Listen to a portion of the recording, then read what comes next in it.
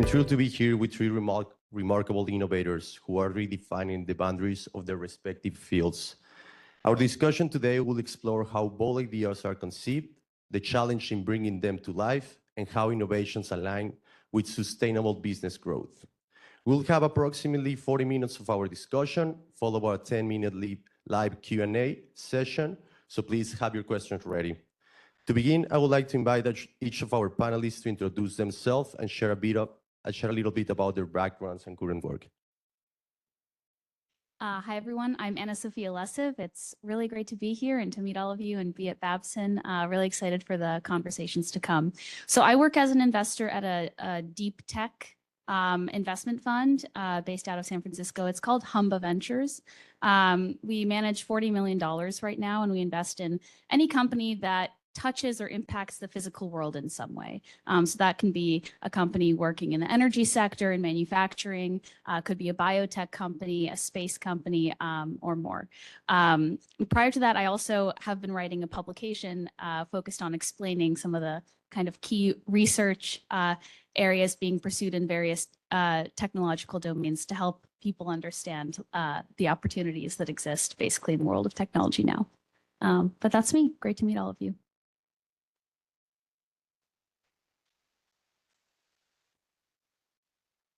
Hi, everyone. I'm Yinka Ogunbiyi. I'm the founder of Halo Braid. We're building an automated hair braiding robot to reduce the time it takes to get your hair braided from hours to minutes. Prior to that, my background's in bioengineering, and I founded a smart cooking appliance startup designing barbecue grills and smokers. I'm really excited to be here and see all your lovely faces and to share more about and to kind of talk on this panel. So thanks so much. Hi, everyone. My name is Connor. I'm a former lawyer, worked out in San Francisco at a large law firm for several years before leaving to go to business school at HBS, actually with Yinka as a classmate. After school, I launched a legal AI startup tackling legal due diligence, mostly in mergers and acquisitions. So we're now a full team based in Kendall Square, and really excited to be here today. Thank you so much for being here. So let's start our discussion by discussing the genesis of bold ideas. What makes an idea bold? Each of you have experience in diverse industries, from AI and venture capital to hardware innovation. How would you define a bold idea, and what differentiates a good idea from a bold idea? Well, I'll just quickly start out. I'll say, a bold idea is something that stands out from the rest. That's just the definition of being bold. And I think there's like two flavors of bold companies that you typically see that kind of define some of the best ones. One example is companies that do things that everyone else is afraid to do. So when you think about this, classic example is like SpaceX. Everyone can see that there's something that you can do in space, but no one wants to tackle this challenge. It's just way too massive. And that's a classic, massive example, but there are smaller examples of this. I mean, we recently invested in a company that's making a massive new enterprise software product for manufacturing companies to improve their processes. No one wants to sell into manufacturing companies because it's like one of the most difficult things to do. And so actually going out and saying, you know what, I'm going to try this, I'm going to try to succeed, that's pretty bold. The other example I'll give is working in industries that are often very overlooked, that nobody wants to work in. Another example here is we have a company that's making mini sawmills that are trying to disrupt the lumber industry. Nobody wants to work in the lumber industry.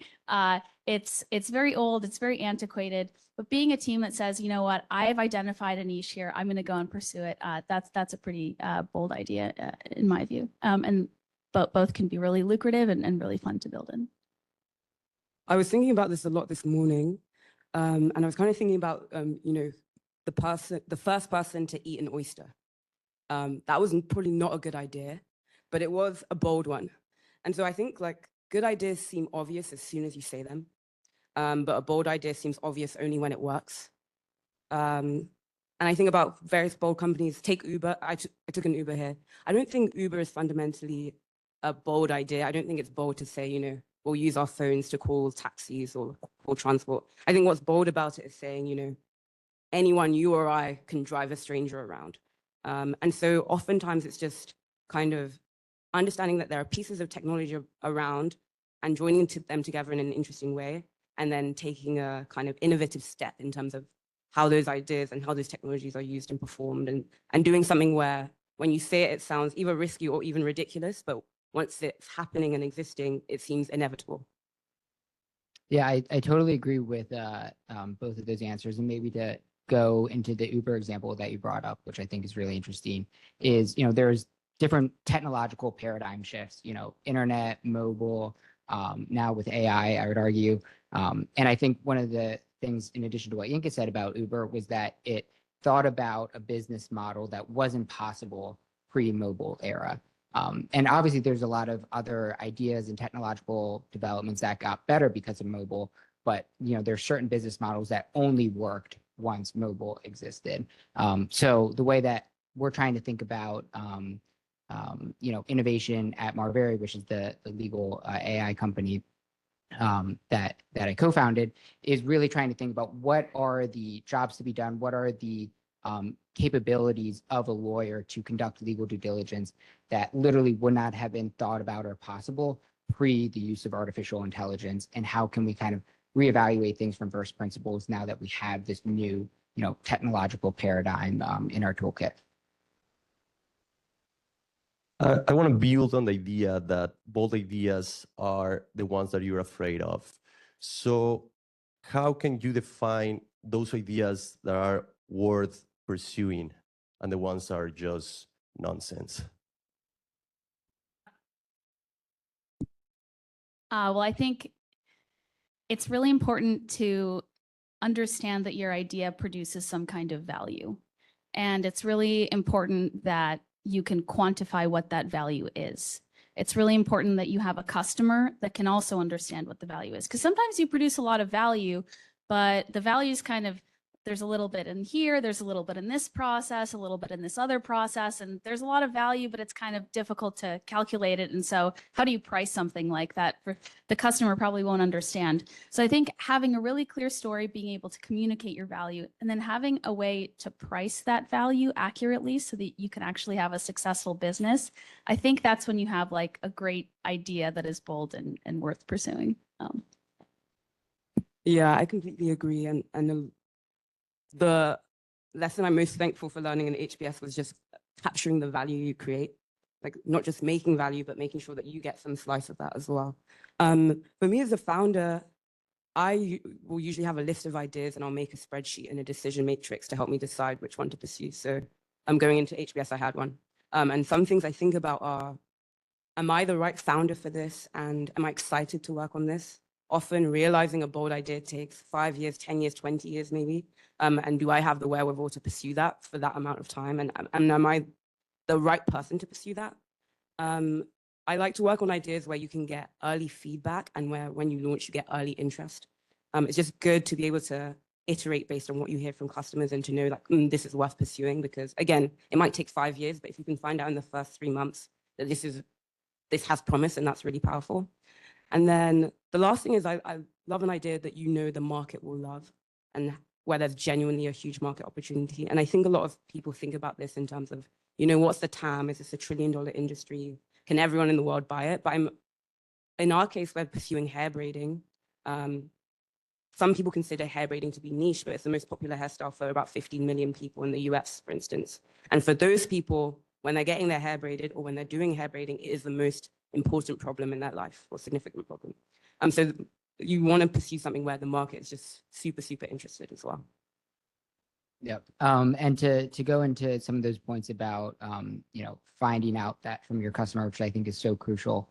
In Marbury's case, for example, I was a former attorney. I had a lot of ideas in my head for what would, potentially work and everything. But we really tried to be disciplined about, taking a neutral approach to coming in to talk to a lot of customers to get feedback. With a lot of AI tools now, you can prototype really quickly to show something that minimally works, and then be able to take that insight and build on it. And you can really see the differences between ideas that are good in your head, where you talk to a potential customer and they're like, "Oh, that's great. We would love to, think about that more," and then the call ends. Versus ideas that are really promising where it's scheduled for 30 minutes, the call goes for an hour and 15 minutes, they're already sending you to their friends. And when you get that type of emotional, visceral reaction to things that only work very minimally at that point, that's when you, I think, know that you're onto an idea that is more worth pursuing rather than an idea that just sounds good in your head. Yinka, you've taken products from concept to market. How do you transition from an initial idea to a working prototype? And what are critical early steps in the innovation process? Yeah, sure. It's always tricky. I generally follow the design, build, test kind of framework. And then before that, I like to just understand a problem really in depth. So usually before I build anything or make a working prototype, I try and understand the industry as much as possible. So I'm reading patents, I'm looking at existing products and taking them apart. I'm reading textbooks for hair braiding. We read every textbook on braiding machines. There are not many on hair braiding, but there are many on rope braiding, industrial braiding, etc. And just try to understand it, because what you're trying to build up is a problem space and a solution space or hair that you can draw from to create prototypes that actually work. And your first ones will not work. When we first started working on this hair braiding machine, we created our first prototype in like 2 months, say. And I'm technical by training, my co-founder's technical, so we could design it, we could build it ourselves. We used 3D printers, screws that we ordered online, we bolted it together, we ran it, we coded the motors, etc.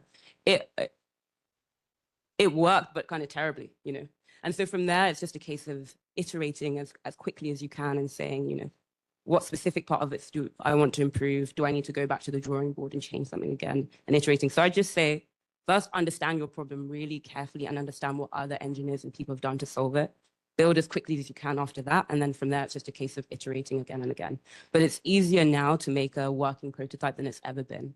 10 years ago, when I did my first startup, 3D printing was not as popular. It would take a month maybe to get parts sent back to you. Now, if I have an idea, I can go into a 3D printing lab and rapidly prototype something within an hour. So it's become much easier to pursue hardware. And I actually think a lot more people should be pursuing hardware for this reason, exactly. Yeah. And now that we are working in prototypes, I would say that no matter the idea, they all need to work under a legal work frame. So Connor, what will be some common characteristics that you see in ideas that have the potential to disrupt industries? For ideas that I think you asked about if they would be able to disrupt industries. Yeah, will be some common characteristics from the perspective of the legal framework that every idea or every bold idea will need to have in order to disrupt an industry.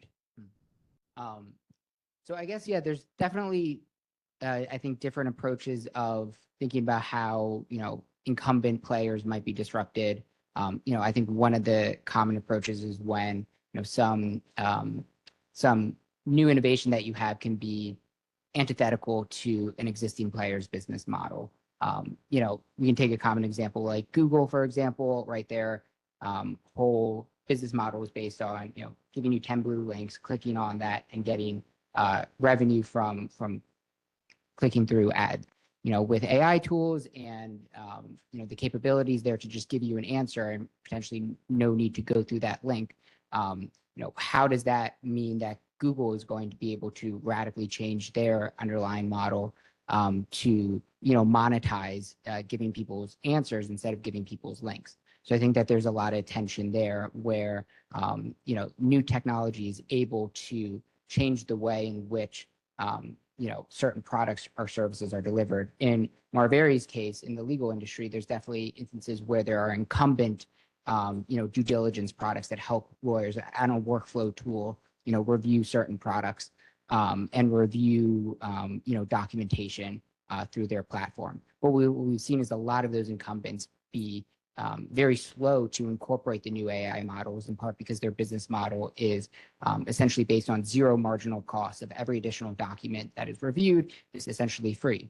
Whereas, with new large language models, those costs are much higher to analyze so much text through an LLM. So I think the ability to disrupt incumbent players can often come from a new technological wave that then changes the business model, which makes existing players very slow to revamp not only their product, but also how they monetize that product. What will be some unexpected challenge that you find along the way, or something that came up that you were not planning on, and how you overcome those challenges?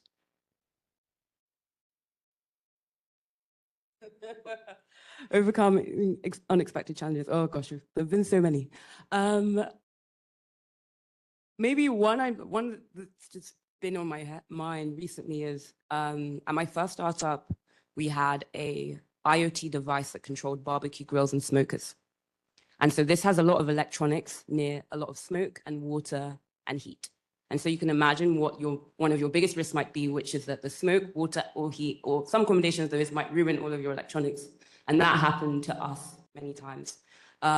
So we had tested these devices. We believed that they were sound, that they could last for a year or two. But we found around July 4th that for a subset of our customers in places that have a very acidic atmosphere and are very humid, i.e. most of the South in America, when you would use these devices, at some point in the middle of your brisket cooking or your barbecue cooking, it would just stop working and die. And then you would, take the device, tilt it, and then smoky liquid residue would pour out of it. And everyone posted that on Facebook and social media sharing what had happened to these devices. And that was quite terrible because we had been testing these for a year in so many different climates. We had never seen these issues. The failures were catastrophic. And also the failures were happening on July 4th, which is the big barbecue day in America. So for us, there are a few things you have to think of as a hardware entrepreneur. Mostly you're trying to mitigate risk all the time. You've written this list of risks and you're testing and making sure they don't happen. But things fail and things will surprise you. So for us, it's, okay, what can we do today to solve this? What can we do in a month to solve this? What can we do in a year to make sure this never happens again? And so for that day, it's a case of apologizing to the users, being responsive, shipping them all new devices that arrive the next day. To the extent you can, we could see in software if someone's device was about to fail. And so we could kind of warn them or tell them, this is what's going on. Within a month, we kind of had to get to a root cause of, why did 2,000 of our users have this problem and 20,000 didn't? So there were certain ways different people were shutting their barbecues that would rush smoking water into the electronics. And so that was something we had to understand. And we had to give our users instructions about, don't close all your vents and leave electronics in your barbecue effectively. And then over the year, and it was less than a year, it ended up being like 3 months. We then went back to the factory and looked at how we were assembling our electronics, protecting them, the types of glues and resins we were using. It turns out the glues degraded in certain acidic, smoky conditions. And so we were testing it now against that because we had that information. And so for our next gen, we just changed how we were protecting the electronics, and we actually shipped out all the users a next gen product for free. So that's just one of those things that you can mitigate risk as much as you want, but July 4th, something's going to come up and you have to be ready to address it as soon as possible. Yeah, I don't know if I can top that story. That's awesome.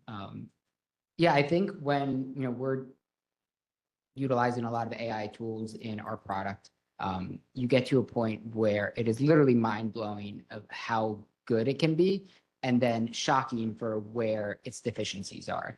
And it's not always the mapping of deficiencies that like humans would have, right? Where it can have intelligence that is able to review a 100-page document and provide an answer that is, better than anything that I ever did as a junior associate, versus you provided a really simple document and it totally misses the mark.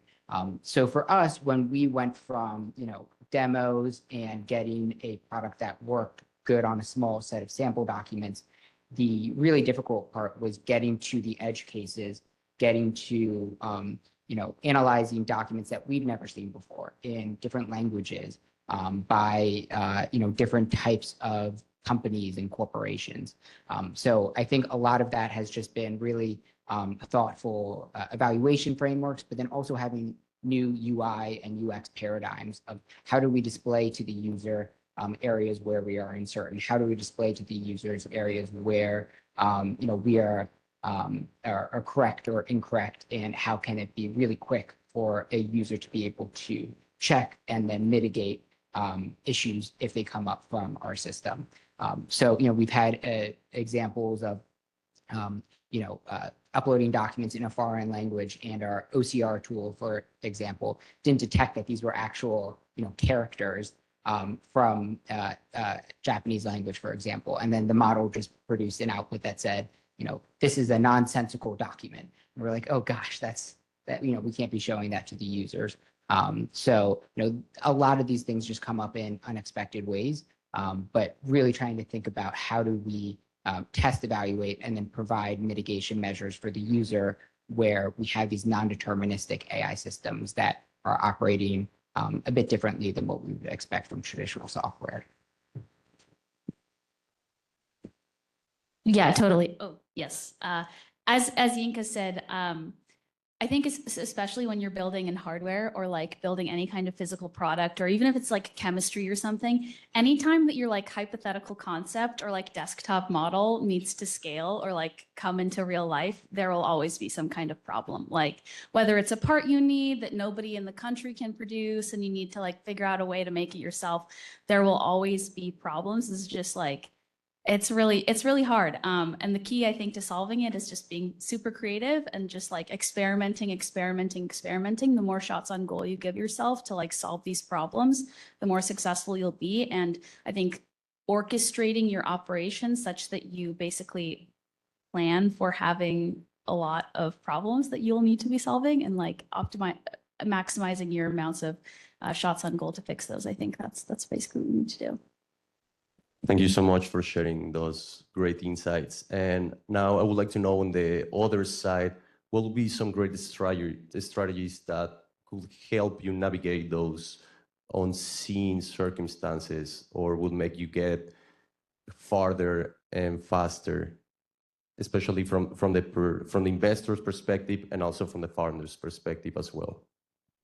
Well, just very briefly on the investor perspective, like as a founder, you should try to have as much money as possible so that you can have as long as possible to keep trying different things. And that means try to be super frugal, try to keep like expenses as low as possible to extend the lifetime of your company until something works. And then when something works, then okay, something is working. This is the highest value thing. I'll put all my money, I'll invest in this. But until something really is working and you're still experimenting or fixing things, try to basically, some people in the VC world say live like a cockroach, just try to survive like extreme circumstances as best as you possibly can. But that's kind of the generic advice there. I think the best thing to do is to just fail as fast as you can. I think I've seen a lot of people work on ideas and they'll spend a lot of time doing the research, writing stuff down, but they're really afraid to just do something and see because they're worried that it's going to not work.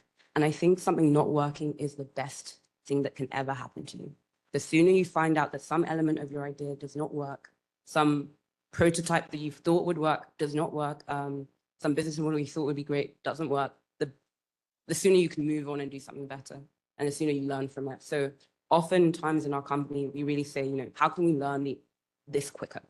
Like maybe a certain thing took us a week to learn. We're like, how can we learn this in a day? We brainstorm. I'm like, how can we learn if this is the right solution in an hour, in 30 minutes? Can we just reduce that time? Because if we reduce that time, we get more iterations in. We can use our money more effectively and kind of make our runway last longer. And we just learn more than any other company. Oftentimes people ask us, how will we, if Dyson tries to do the same thing as you or another company, how will you fight against them? And I just say, we will be faster than them. I know that we can iterate faster than any other company, and that's how we'll end up being successful. Yeah, I don't know if I have a ton more to add to that because I totally agree with both of those comments.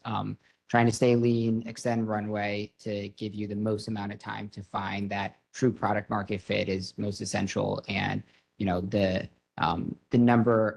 shorter that you can have that iteration time, that compounds over time, right? You're not just saving a day, you're saving that day compounded every time you do that iteration or experimentation. So yeah, I think I agree with everyone that that's the best way to try and minimize that risk and get to product market fit while you're still alive. Now that we are starting to add that money component into the equation, so in order to not live like a cockroach, what ideas are worth fundable? Yes. Well, the best ideas, okay, if you want to fund your idea, especially with a with venture funding, the idea needs to be venture scalable. So every venture investor has a venture fund. The goal of every venture investor is for every investment that they make, they want that investment to have the ability to potentially return their fund. So the math just has to work. Like, does your business opportunity have a market large enough? Can it, is the revenue that it will generate be able to return the fund for this investor? That's like part one. Part two, what makes something investable is that ultimate, like, we like to think of the ultimate value of a business as being couched in layers of risk. So there's like the ultimate value that you can generate in a given market, given a product. And that's couched in technical risk, that's couched in market risk, that's couched in all kinds of risk. And I think the goal for every founder at every stage of funding is to basically treat that stage of funding as a hypothesis, saying, okay, I know my company is valuable. I know these are the risks. I want to prove to you that I can de-risk this element. And when I remove this element of risk, the value of my company grows. So if with every stage of funding, I can show that I can de-risk something super critical about my business, that means a lot. That increases the value of your company like instantly. That's just like a quick strategy, but I think focusing on de-risking, ensuring you have a massive opportunity, those are like the key things to getting your company funded. Yeah, maybe, yeah, happy to go.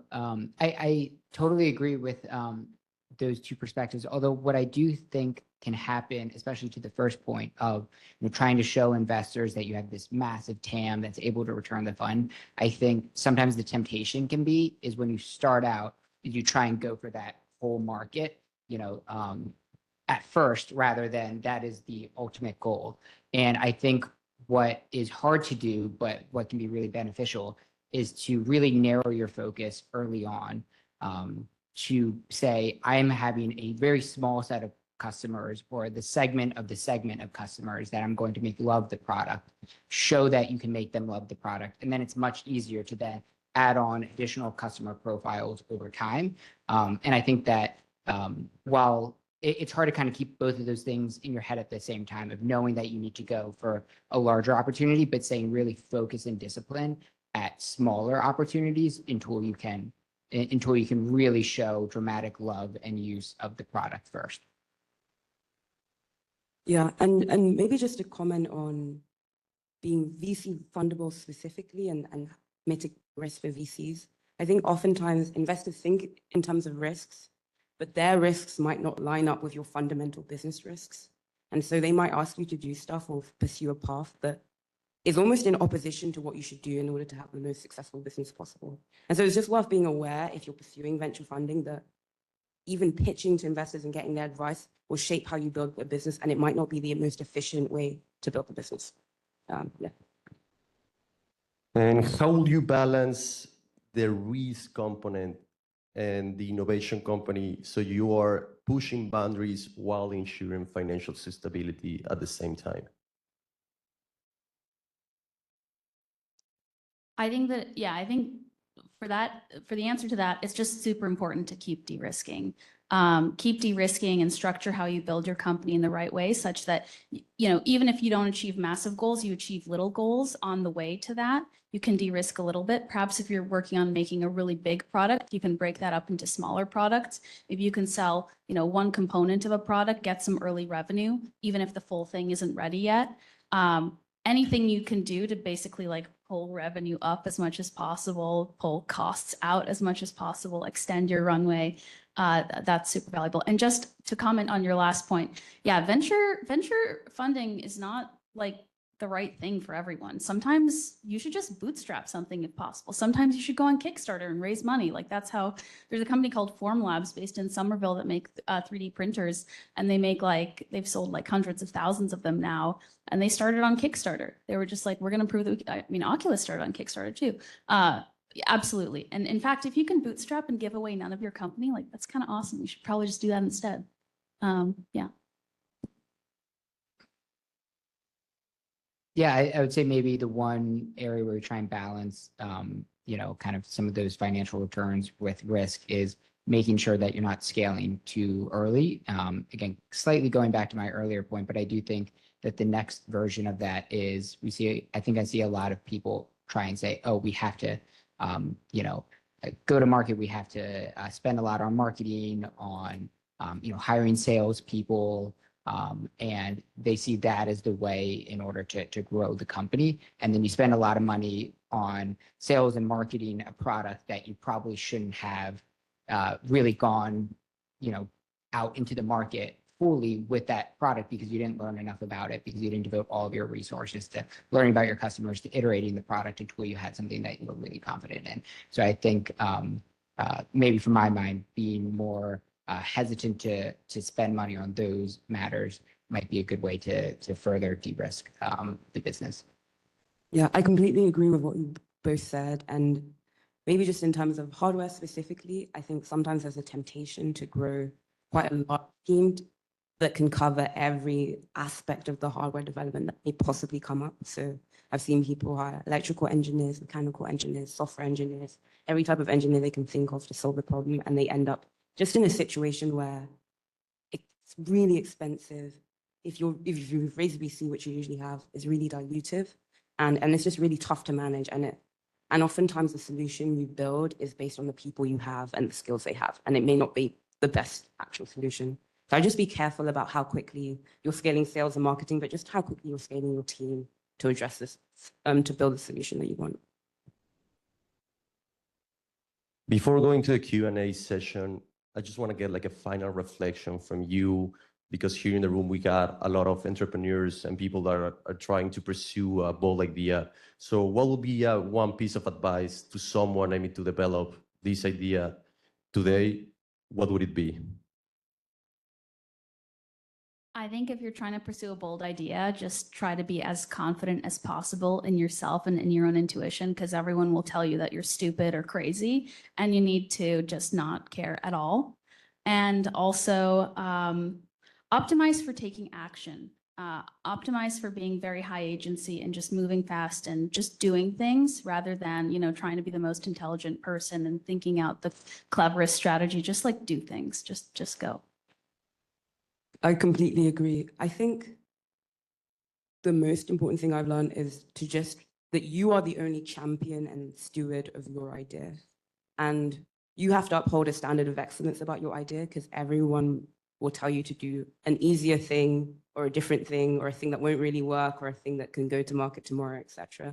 And you have to say, like, this is the standard that I want to hold my idea to, and this is the problem that we're solving. And if we don't solve 80% of the problem, there's not really any point. And because you're the champion and steward, you also have to retain some degree of like positivity towards your idea. It might be tough. It might take much longer than you expected. It might cost much more than you expected, and you might fail a lot more than you expected. And you have to just believe that you can do it, and believe in yourself, and also believe in your idea. Yep, I totally agree with both those points. I guess maybe one piece of advice, if I put myself back into being in an MBA program, talking to friends about, the decision to go into entrepreneurship or not. I was always really wanting to go into entrepreneurship immediately after the MBA, but I saw a lot of people on the fence kind of weighing the costs and benefits of doing so. And I guess one piece of advice I would have for current students is to not just assume that entrepreneurship is inherently the risky route. I had a lot of friends from the MBA program who their jobs got deferred by 6 months. They show up to Amazon a week later, they got laid off. Really terrible. A lot of other instances where, the more traditional path that seemed like it was less risky turned up to be riskier. So I would just put a pitch in that, entrepreneurship is inherently risky. It's inherently both the most fulfilling thing I've ever done and the most stressful thing I've ever done. And it's both of those things at the same time. But if you are looking to decide between options, I would just try and push yourself to really think about if every option is going to be risky and if every option has downside, what do you want to, be risking that downside for? You know, if you're going to have an opportunity to fail, would you rather fail being something that you own, that you create, that is trying to build something that really changes the world? Or would you rather fail, you know, doing something that, you know, that you could have done, you know, without going to Babson, that you could have done just, you know, by, you know, filling out a job application somewhere and starting there? Thank you so much to the panelists for all your great insights. Now, I would like to open the floor to the audience for questions. So we have time for 2 questions. So if you have any question, please raise your hand and we'll bring the microphone to you.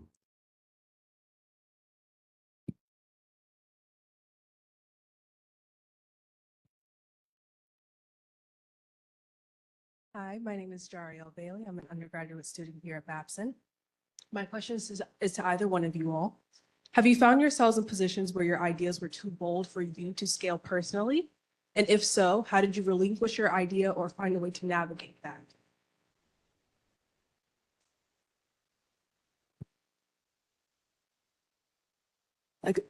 I can answer. It's funny you say relinquish, because I don't think of it as, I think letting go can be a good thing. I had an idea related to kind of carbon credits and effectively getting people to pay to plant trees, which a lot of other people have tried to do, and in much better ways. And then eventually I was just like, I have no secret sauce that means I should start this company. I don't know enough about it. I haven't developed any technology that feels relevant to it. There's no reason I should do this compared to anyone else I'm at school with. And so I maybe 3 months into like working and ideating around that idea, let it go. And I think that's a great thing. I think it's totally fine. I think oftentimes it's not just you who can build something.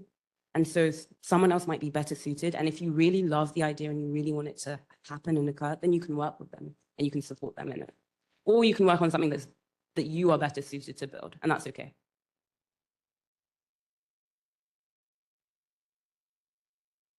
Hey, yo, so I'm Rahil. So I just wanted to ask, like, so from your perspective, on a scale from like 0 to 10, like, how important do you think getting a patent for your designs, like, is? Because I know, like, you guys are designing new products, most of you guys, or like you're working with new products, but then like there's also like, you know, patents are something that like people think about, but you know, sometimes you're like, maybe you're like, I should design first, or I should get a patent first. Like, how do you guys think about it? Yes. Well, patents can sound very nice. Like you make something, you can protect your design with a patent. And typically patents really matter for defensibility, right? Because you're building something and an investor will say, well, how do you protect this design? How do you make sure that someone bigger, you know, can't just go and build this? And the reality is like patents kind of work, but I don't think they're the be all and end all, because frankly, if you're making a hardware product, there's literally a class of engineers called a reverse engineer, and they will look at exactly what you've built and just try to copy it. And even if you patent some process, like a company like Apple can go and make it another way and basically do the same thing, totally circumventing your patent. So when it comes to defensibility, I think there are other things that matter a lot more, like how quickly you can distribute your product. I mean, how much do customers really love your product? How sticky is it? So patents, sometimes they're worth it, but maybe not the be all end all of defensibility. Okay, thank you so much for your questions. Now, unfortunately, we need to conclude the session. So I want to extend our heartfelt thank you to Ana-Sofia, Connor, and Yinka for sharing their experience and expertise. And thank you to the audience for your engagement and platform.